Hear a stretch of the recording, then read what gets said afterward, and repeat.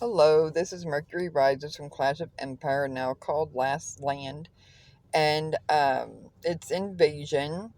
I have never in any of my games seen so many mine farms. The old Kingdom way was we would wait for a main castle that was surrounded by his nice C-23 farms or bigger, and that if one shield dropped, then you knew the others were to follow. And I was getting very discouraged today because I couldn't find groups of those kinds of castles. Now, this kingdom's rather new, so having a C-26 farms might not be possible because most of the castles are C-26 at this point, but C-23 is definitely doable, but I haven't really been seeing the C-23s gathering. So I was like very frustrated with all these mine farms. Well, I did end up getting the chance to reinforce a couple players, and then also Mystery Man decided that, hey, let's rally.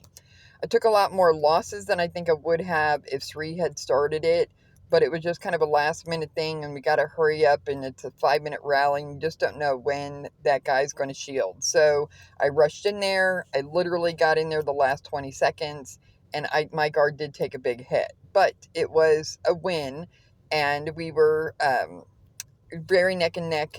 So we had gotten ahead at some point and just very close. We would get ahead and then we were behind and get ahead.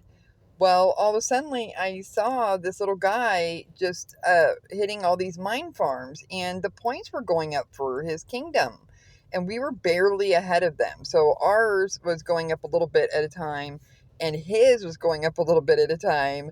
And I'm thinking, oh my gosh, like the little guys who don't have that many troops, because if you get caught with your troops coming in and you get hit, you'll lose points. Well, when you're that close, you really don't want to be losing points. And he's not losing anything by hitting mine farms because there's really no troops in there, or if there are, there's not that many.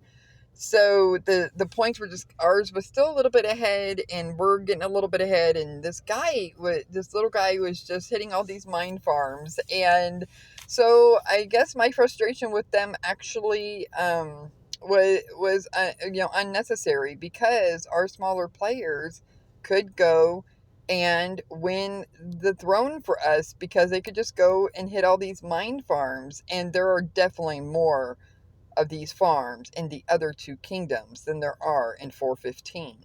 So I told them on KC, I said, you guys could just go hit all the little mine farms. Now, we don't want big castles doing that, because when your troops come back, you do run the risk of a bigger guy hitting you.